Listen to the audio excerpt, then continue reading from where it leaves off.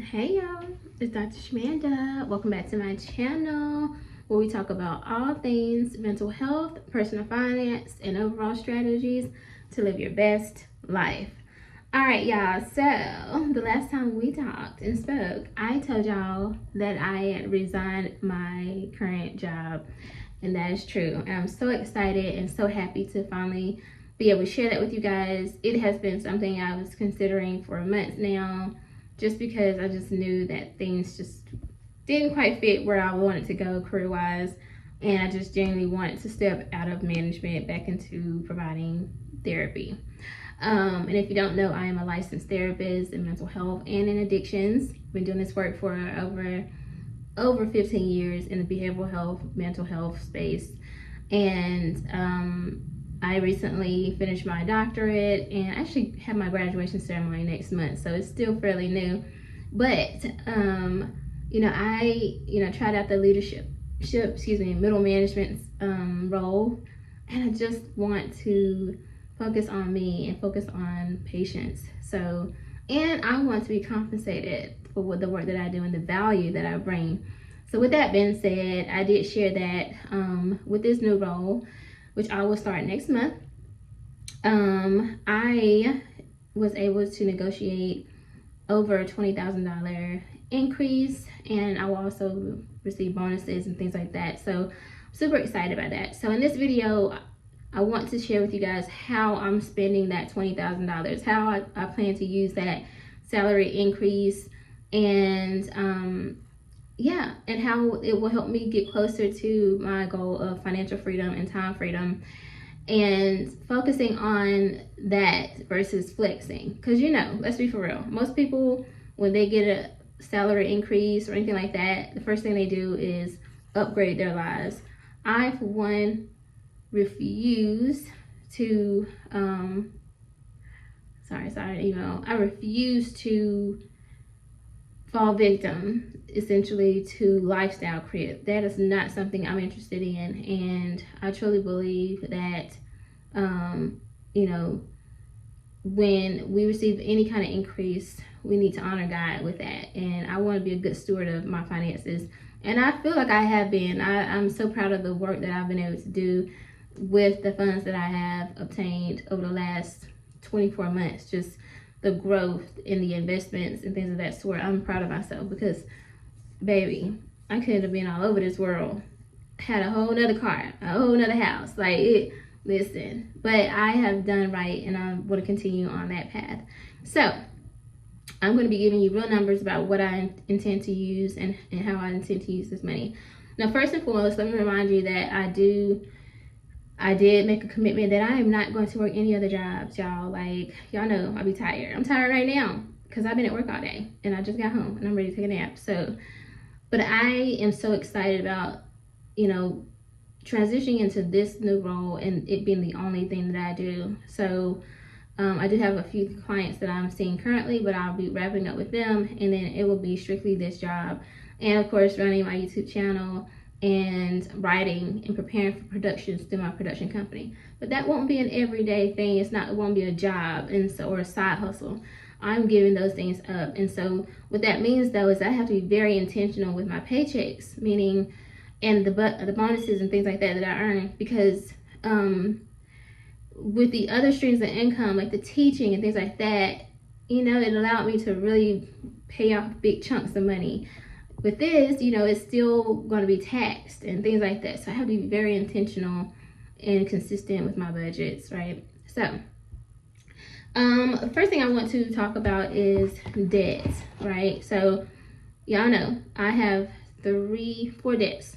I have the taxes for the 2017. I have a balance remaining of $2,750.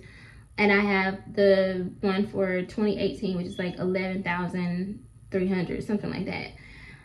My goal was to have both of those paid off in a year, but it looks like I'm going to be just paying off the first one, the 2017, with just the 2,750 remaining. Now I broke those up into payments because I was paying big lump sums, y'all know, and I've had to pause that, but I decided to do $500 payments from July. So July, August, September, October, and November. And then December, pay the final payment, and that'll be $750. So by the end of December, that tax debt will be gone, and it will leave me with just the one for 2018, the $11,000 one. So that will move over to 2026. The next thing I intend to do is I want to, as far as debt, is I have my car loan. Now, you guys know I made a plan and commitment that I'm going to pay off my car within the next 90 days. That includes this month. So I am on track to be able to make my next payment of a big lump sum, which I'll say that for the videos, but pay that this month. And that will leave me with only 2 payments left on my car loan, y'all. And I'm so excited about that. That like makes me so excited. It makes me just excited to do the work and earn this money and really be able to meet that goal. And get that title in my hand and just know that I don't have to make any car payments ever again. Because if I do purchase another car, which I plan to, I will be saving up for that. And we're gonna go to the car dealership together and pay for it. And I'm like, I can't wait to like experience this with you guys. So stay tuned, it's coming. We're gonna save up for it and we're gonna get this car, okay? This SUV, Benz, you know, yeah, that part. Anyway, so with my car though, I do, like I said, I have currently the balance is $9,288 with interest accruing daily.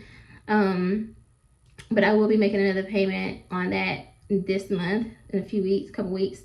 And so that will leave me with 2 more payments left of that. So I'll make a payment for July and then pay it off in August. That is the goal.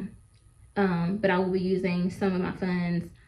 But technically only income from August from this new income or this new job will be going toward the car, because technically the money from our current job will be used for July, if that makes sense, to pay toward the car. So the next thing is, that leaves me with only 2 more, which is my student loans and my mortgage. My mortgage is included in my regular household expenses until I move it over to the debt column. But right now I just include it into my monthly expenses, and that's about $2,300. It's actually lower than that, but I rounded it to 23, and that's allowing me to pay like extra $35 a month on my loan, which if you know anything about paying off a mortgage, if you pay extra, it actually takes your balance down quicker. I know it sounds crazy. Even an extra $5 really makes a difference, because it's a lower principal that is accruing interest. So yeah, we'll talk about that in another video. But outside of that, it will be my student loans, which start in August. So with the new increase, it will allow me to make payments on that. Now, I did share a video, guys, with you guys that my student loans payments would be like $2,000. But when I went back and looked, it's for the first couple months, they're like, I think around like $300. I don't know why. I don't know. It's like a whole thing. But again, we're going to talk about that more in depth. But the good thing is that I don't have to start off making those payments. That kind of is a good thing and bad thing.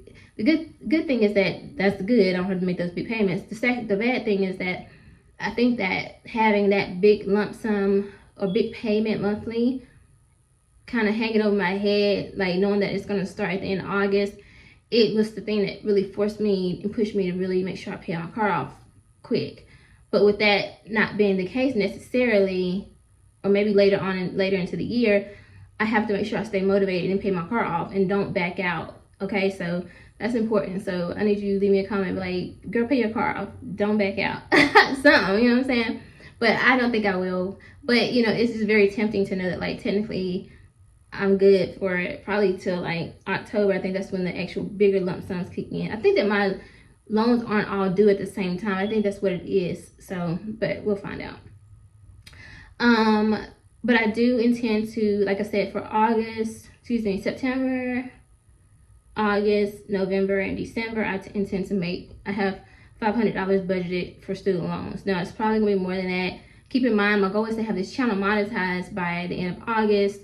And so with that, hopefully I will have some money or income coming in from this channel that I'll use to help pay down my student loans. That's the goal, is to use my money from Google AdSense to pay towards my student loans. The next thing I intend to do is I want to save, right? Y'all know that my goal for this year was to have $12,000 in my freedom fund. Y'all know I don't call my savings account an emergency account. I call it a freedom fund, meaning it's the fund that will hold the money that I will use to live off of once I'm ready to be, or once I'm like retiring early, or and so to allow me to enjoy that freedom, that time freedom, the financial freedom. So I'll live off of that. Of course, I'll have my investments, but that's kind of the goal. Or if I like want to take a sabbatical and just take a break or whatever, however I want to do it. But that's the goal, is to get, ultimately, I've always just set up, I always wanted to have at least $100,000 in just a liquid savings account. Like, I don't know what it is about that, but that just seems so like amazing. Just the level of security that would bring for me, because I know how it can be about money and like scarcity and stuff.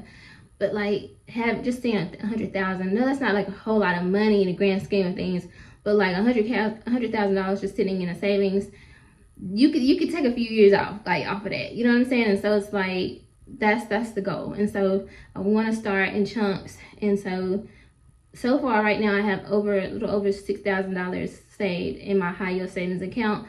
The goal for this year was to reach $12,000 in my high yield savings account. Now, I have budgeted my household expenses monthly to be about $4,000, rounded out. It's really not that much, but $4,000, it really includes like investing and savings, so technically it's less than that. But anyway, what does it include that? I don't know, can't remember now, but I said $4,000. So with that being said, when I save $12,000, I would have 3 months of living expenses. Ultimately, the goal is to have at least a year, right? Outside of just $100,000 goal, I want to have at least a year saved. But the goal for this year is $12,000, so that means I need another $6,000. So that being said, my goal is to contribute $1,000 for the next 6 months, starting in July though, right? So not this month, but starting in July, I want to save $1,000 in my freedom fund so that by December, I will have $12,000 saved. And then 2026, I definitely want to see that hit 25,000. So I'm going to have to double, I'll basically be on the same track as this year, adding another $13,000. Right? Something like that. Yeah, anyway.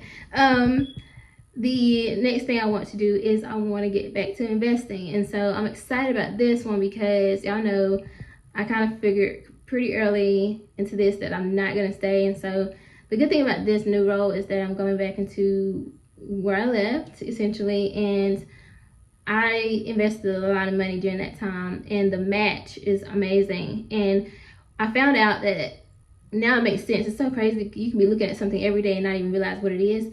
There is a 457B investment account that we have with this company, the one I'm going to. And I was looking at that. I saw the 401k, I have that, and there was like a pension, an old pension, which I couldn't contribute to, and then there's a 457B. And I didn't know what that was. I really didn't. I just knew about my Roth and all that kind of stuff, but I was only contributing to my 401k. What I realized is, as I received the information from when I received the offer, I looked at that account again, which is already still on my phone. I still use the same app and everything because I never deleted any of that because I still had my 401k with this company, and which is how God works. It's so funny because people were asking me, why don't you transfer your old 401k and combine them or whatever into another whatever. And I'm like, I was like, the hope was that I would go back to that company. I kind of had that idea fairly early on into this transition, and so I never even considered moving that over. So with that being said, I'm hopeful that I'll use the same account. I could just keep adding into that account, but everything is still on my phone, so I'm so happy about that. But what that means though, the 401k, I actually can't contribute into that until after my 90 days, when you first start a job. But the 457B, I can contribute that from day one. So I'm so excited about that because y'all know, if you've been watching my videos, I've been worried, like, how am I going to hit my $50,000 investment goal by the end of this year? And I learned that, like, oh, you can have just a regular brokerage account, which I didn't even realize. Y'all, I don't know why this stuff didn't register to me. But anyway, yeah, I'm still learning, okay? But now I realize that I can use that 457B and contribute. And so what I realized is that I have a little over $43,000 invested, total invested, and then I have contributions this month.